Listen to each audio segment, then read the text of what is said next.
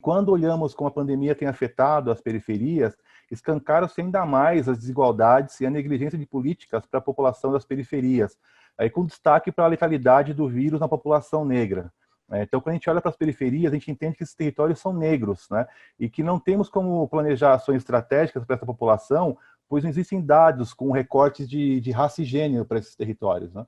Porque o governo tem determinado que as pessoas fiquem em casa, então se a gente olhar aqui as condições das periferias e favelas, muitas casas, né, assim, muitas pessoas vivem em condições de moradia insalubres, sem garantia mínima de saneamento, né?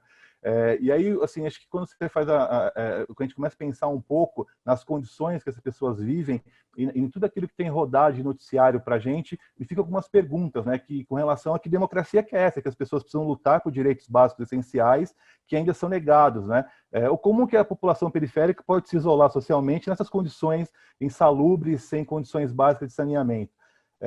Pessoas que vivem muitas vezes em 2 e 3 cômodos, né, com pouca ventilação, em muitos casos sem banheiro, né? Então, eu atuei durante muito tempo em São Miguel, conheço bem a realidade dessa população e na minha leitura, né, diante desse contexto, para mim, o que está colocado aqui diante das decisões, né, autoritárias, antidemocráticas, principalmente do governo federal, é uma política genocida invisível, né, dessa população.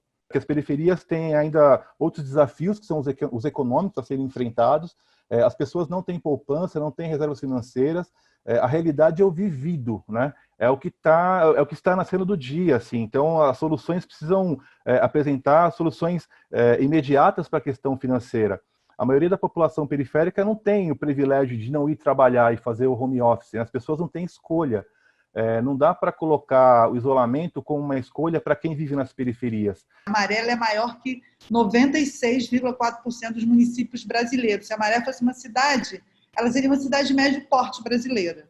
A pandemia, ela, na verdade, estampa, né? Ela coloca para nós uma questão que já é histórica do ponto de vista dos efeitos que um processo como esse traz, relacionado à questão da saúde, mas também relacionado à questão da educação, de todo o processo do que é negligenciado em relação a isso, em relação à questão da saúde alimentar, enfim, em relação à questão da água, do abastecimento de água, em relação à questão de renda. Então, acho que tem um conjunto de direitos, eu diria, dessa população que são direitos que eles são já negligenciados historicamente, e num momento como esse, isso fica muito mais profundo e o nosso desafio fica muito maior.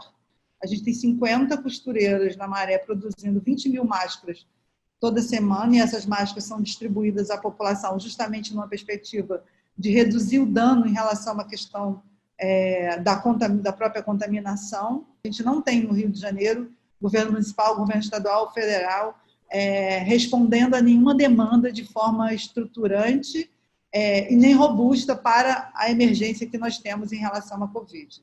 Então, isso é uma questão, acho que é muito importante falar, porque o esforço tem sido muito grande, porque a gente não consegue articular uma ação de Estado, que é uma ação que, na verdade, deveria acontecer. Tradicionalmente, a favela e a periferia sempre são pensadas a partir do que a gente cunhou uma expressão chamada paradigma da ausência. A partir de uma perspectiva sociocêntrica, os grupos dominantes entendem a cidade a partir de um determinado lugar. Como eles apreendem a cidade? A partir de 3 elementos fundamentais. Cidade a partir da acesso a equipamentos urbanos, acesso a serviços urbanos e acesso à renda.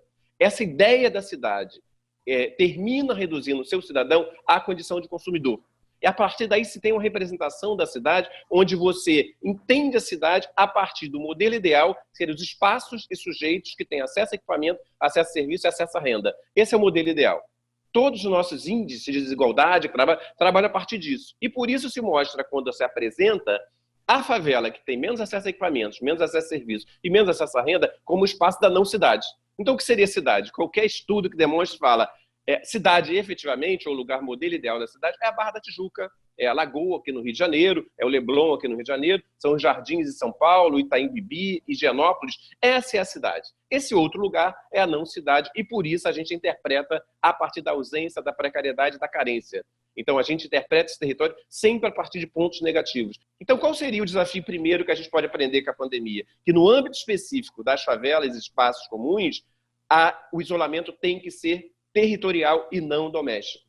Nós aprendemos agora muito de que nós somos fortes, que nós temos capacidade, que nós temos capilaridade, que nós temos condições de atingir cada vez mais pessoas, mas precisamos do Estado estar integrado a essa iniciativa, fazendo muito mais em termos de teste, em termos de ações integradas, em termos de proteção da comunidade e das pessoas. Me parece a gente conseguir constituir, com esse aprendizado com a Covid agora, essa integração política pública, a organização da sociedade civil e a juventude negra, especialmente, com a sua mobilização, a gente vai sair dessa pandemia em condições muito melhores para enfrentar os desafios da sociedade brasileira.